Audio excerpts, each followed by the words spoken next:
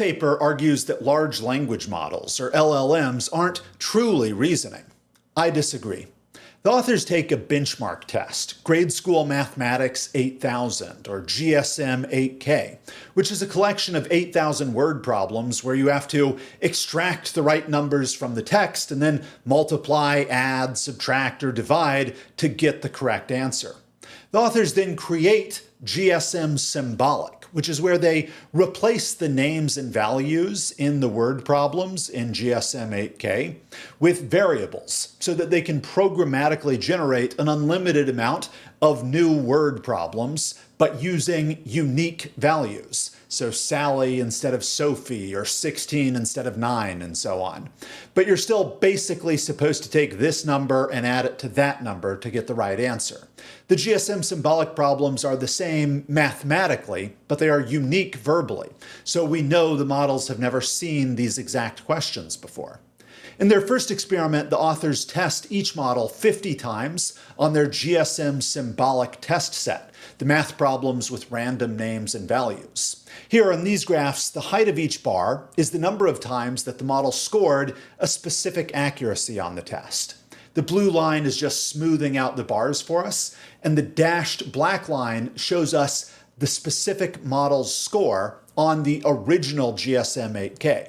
For most of the models seen here, the peak of the blue line, where they're scoring most frequently on the GSM symbolic test, is to the left of the dashed line, meaning that the models do substantially worse on the GSM symbolic test than on the GSM 8K, which again is an established baseline test. So one interpretation of this is that the models have basically memorized the questions in the GSM 8K.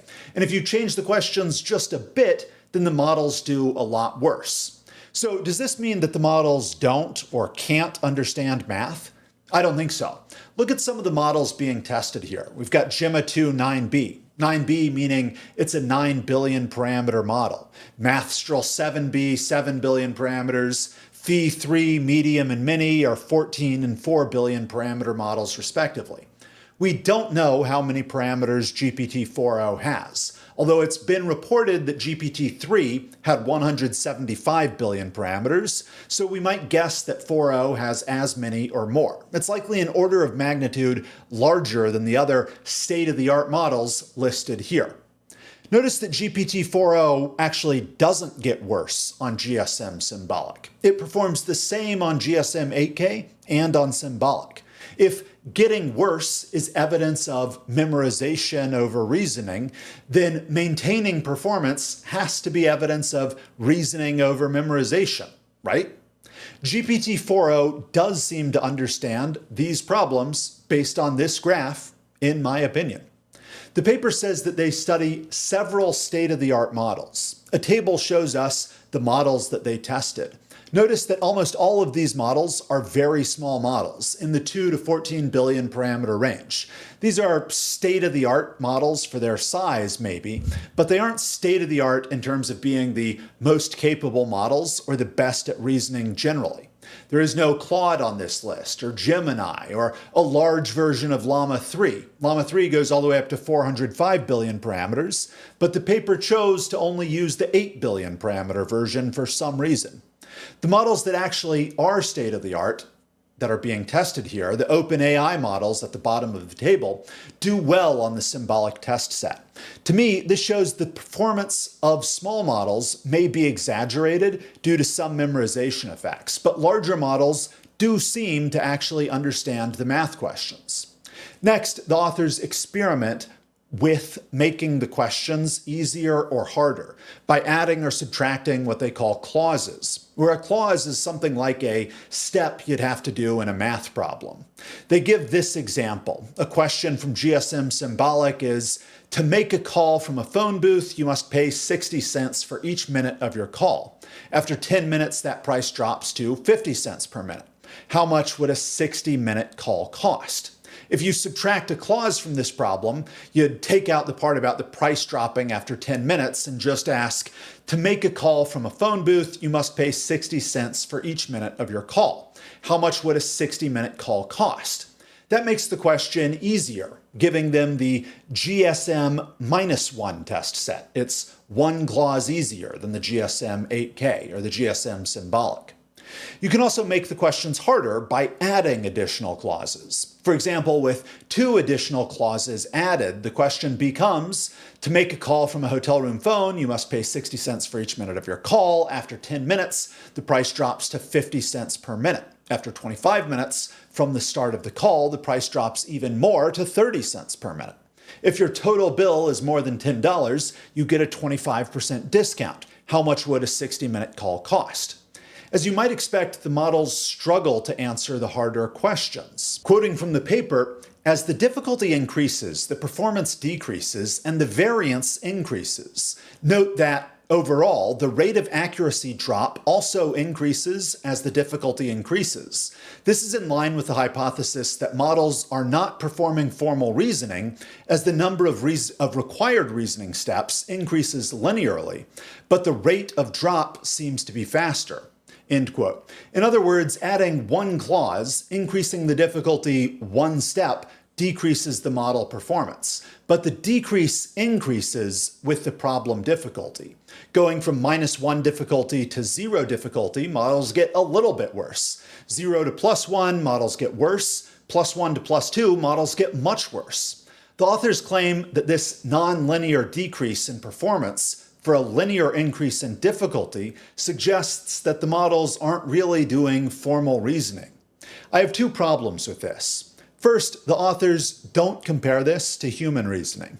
If humans show the same nonlinear pattern, would we conclude that humans don't really formally reason? If so, it's not really clear what this says apart from linear increases in problem difficulty may result in superlinear decreases in performance. A math problem with 3 additional clauses might be more than 3 times as hard. Second, this is not true of all the models. The top performing model, O1 Preview, seems to do well at all difficulty levels, scoring 94% at -1 difficulty, 93% at 0, 95% at +1, 94% at +2. In other words, the paper seems to show that some small models struggle to reason well or in a general way, while the largest, latest, and greatest model they tested does well in almost all of these tests. And they don't test the OpenAI competitors like Claude, Gemini, or the big llama models. The authors do one more experiment that I'll talk about.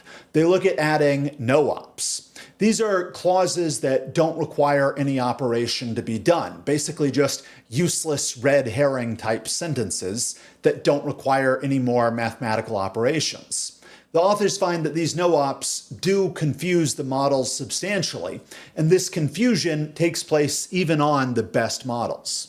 Now, I don't think this shows that the models are necessarily incapable of formal reasoning or real reasoning.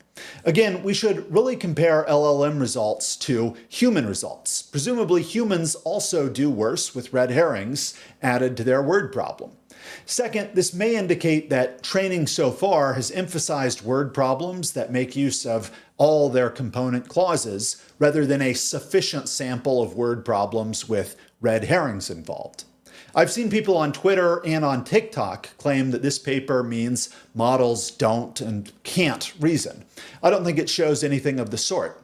The OpenAI models perform well on GSM symbolic. O1 Preview does a great job handling the problems with additional clauses. The comparison to the small models is interesting, but you shouldn't generalize about the class of LLMs based on the performance of small models with between 2 and 14 billion parameters, especially when the larger models do much better on these tests. I don't know why the paper didn't look at Claude, Gemini, or the big Llama 3. I don't think there's any excuse for not doing that. If your paper claims that you're testing state-of-the-art reasoning models and you aren't testing those, well, I disagree that you're actually testing the state-of-the-art. Finally, if you see a magician do a trick and you think, I know how this is done, and you practice and you get to a point where you can perform the trick successfully 50% of the time, should you conclude that the magician is actually a wizard doing real magic because you can't do this trick consistently? Or should you conclude that your approach is making progress and you should practice even more and potentially look for a few missing insights? I think the latter is much more reasonable. And analogously, I think our current approach with large language models is showing a lot of progress, and nothing from this paper makes me doubt that the models are reasoning now. I think they clearly are for any normal definition of reasoning. And I see every indication that models will continue to get better at reasoning in the near term. Thanks for your time.